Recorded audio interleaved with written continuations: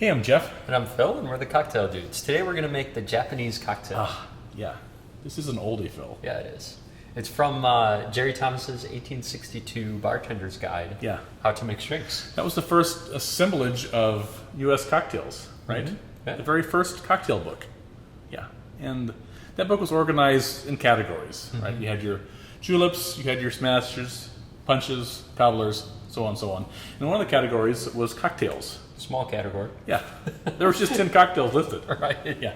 There was the bottle cocktail, the brandy cocktail, the fancy brandy cocktail, gin cocktail, fancy gin cocktail, champagne cocktail, Jersey cocktail, the whiskey cocktail, soda cocktail, and the Japanese cocktail. That's right. Right? Yeah. The whiskey cocktail today we call the old-fashioned. Of course. But this Japanese cocktail, there's nothing Japanese about it, is there? No, there's Yeah. there's no rice liquor. Yeah. No rice wine, no Japanese whiskey. Because that won't come along for another 7 decades. Yeah. So It's kind of lost to history exactly how this cocktail got its name. But 2 years prior to the publication, the first Japanese mission came over to the U.S. And the delegation went to New York, where Jerry Thomas had his bar. And so it's probably to celebrate that occurrence, because back then things Oriental and Japanese were like unheard of, right? It was very exotic. Yeah. And so that's probably why this cocktail got its name, but it's, like I said, nobody knows for sure. But it's a simple cocktail. It's delightful. You need cognac, right? Orgeat, or as they say in French, orgeat. Yeah. People get mad when we say orgeat, but I don't care. Wait for all the French comments. Yeah. All the people from France. And Boker's bitters, right?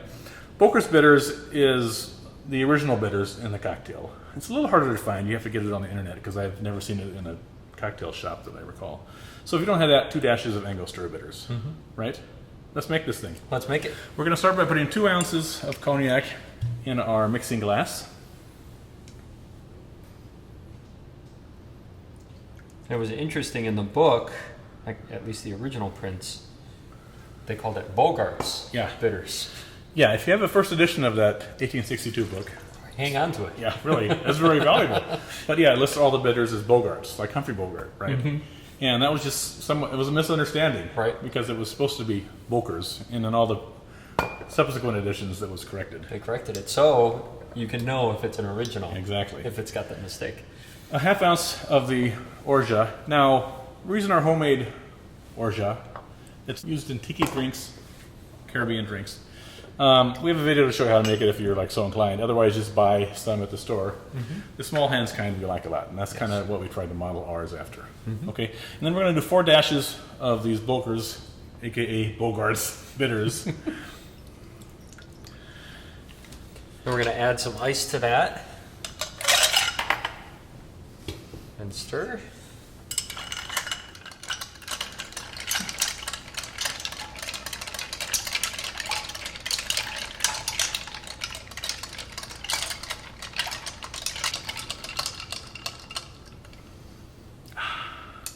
And we're going to strain that into our glass. We're going to use the coupe glass here today.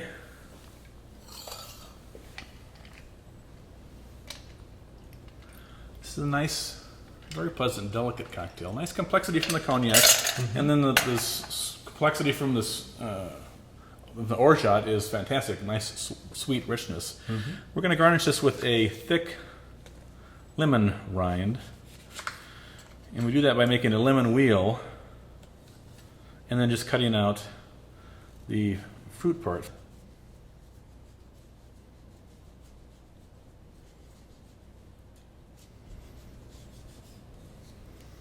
And then just tightly wrap the lemon rind with our fingers, and then kind of twist it into place so it keeps the shape.